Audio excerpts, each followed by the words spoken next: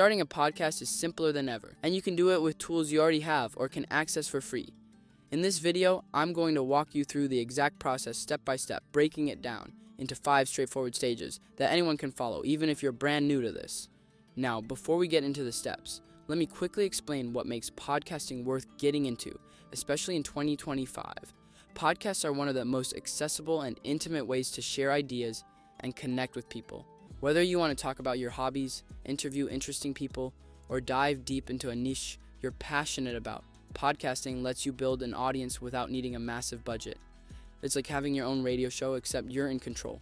And unlike other content forms, podcasts don't rely on flashy visuals or constant uploads. You just need good audio and something to say. So let's get started. I've also put all the helpful tools and resources that you'll need in the description, so be sure to click on those to sign up for free accounts and exclusive deals. Step 1. Create your podcast branding. The first thing you'll need to do is come up with a name for your podcast and create its artwork. Don't overthink it. Seriously, don't spend weeks trying to come up with the perfect name. You can always tweak it later as your podcast grows and evolves. The best approach is to think of something simple and memorable. A good trick is to pair your name or a relevant keyword with a unique twist. For example, if your name is Millie and you're into books, you could call it Millie's Reading Nook. It doesn't need to be overly clever or fancy. Clarity is more important than creativity here. Once you've decided on a name, it's time to create the artwork. For this, I recommend using Canva. Canva is a free, beginner-friendly design tool with tons of templates specifically for podcast artwork. Just go to Canva, type podcast into the search bar, and browse the templates. Pick one that matches your podcast style. If you're starting a true crime podcast, for example, look for something dark and bold. If you're going for a casual, chatty tone, choose something bright and friendly. Make sure your design is clean and easy to read, even in smaller sizes. Podcast directories, like Spotify and Apple Podcasts, usually require artwork to be 3,000 by 3,000 pixels, so keep that in mind. If designing isn't your thing, you can always hire someone on Fiverr to create professional artwork for you at a reasonable cost. Step 2. Choose a podcast distribution platform. Your podcast distribution platform is like your home base. It's where you'll upload your episodes, and from there, it'll send them out to platforms like Apple Podcasts, Spotify, and Google Podcasts. There are plenty of options to choose from, including Buzzsprout, Podbean, and Anchor. For this tutorial, let's use Buzzsprout, which is beginner-friendly and widely recommended. Once you've created an account, you'll go to the dashboard and click Create New Podcast. From there, you'll enter details like your podcast name, description, and category. This information is important because it's what potential listeners will see when they come across your show. Write a description that clearly explains what your podcast is about and why someone should listen.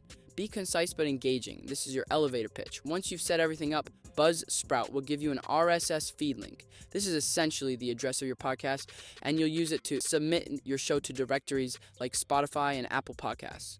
Don't worry, Buzzsprout guides you through this process step by step, so you won't feel lost. Step 3. Record your first episodes. Notice I said episodes, plural. It's incredibly helpful to have more than one episode ready before you launch. This gives your audience something to binge, which increases the chances they'll stick around. You can approach this in 2 ways. You can either record and release several episodes at once, or start with a few in reserve and release them weekly. If you're not sure what to talk about in your first episode, start with an introduction. Share who you are, what your podcast is about, and what listeners can expect in future episodes. Keep it short and friendly, just enough to hook people in. Now let's talk about recording. You don't need a fancy studio or expensive equipment to start. If you have a smartphone, that's enough to record decent audio. Apps like Podcastle let you record directly from your phone and even edit the audio. If you want to improve your sound quality, you can upgrade later. A great beginner microphone is the Samsung QU. It's affordable, easy to use, and works with both USB and XLR connections. It's also durable, so it'll last as your podcast grows. If you're planning to have guests, you'll want to get a microphone setup that allows for multiple inputs. And if you're recording remotely, platforms like Riverside.fm or Zencaster make it easy to capture high-quality audio from multiple participants. Step 4. Edit your podcast. Editing can seem intimidating, but it doesn't have to be complicated. The goal is to clean up the audio, remove long pauses, and make the episode flow smoothly. Start by trimming out any mistakes or interruptions. Next, use tools like Descript or Audacity to enhance the sound quality. Descript, for example, has an AI feature called Studio Sound that automatically improves audio clarity. It also offers silence removal, so you don't have to manually cut out every pause.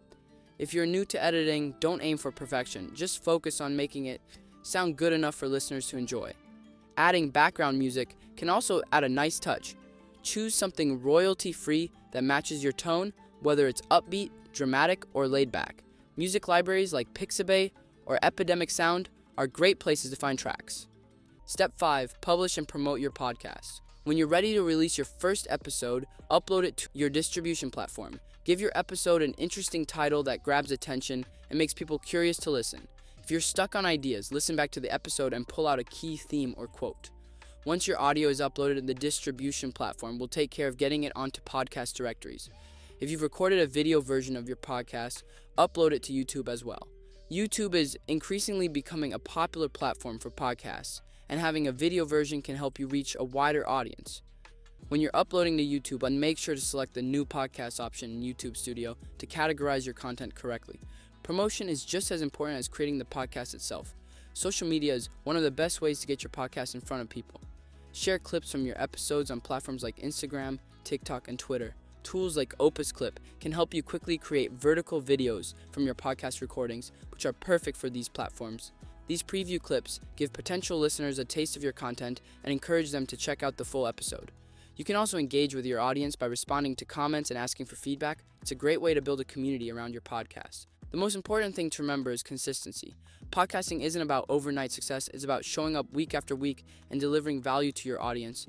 The more episodes you create, the better you'll get at it, and the more listeners you'll attract. So keep recording, keep improving, and most importantly, keep going. By following these steps, you'll be well on your way to creating a podcast that people love. Starting a podcast in 2025 has never been easier. What will your podcast be about? Let me know in the comments. And if you found this helpful, don't forget to like and subscribe for more videos like this.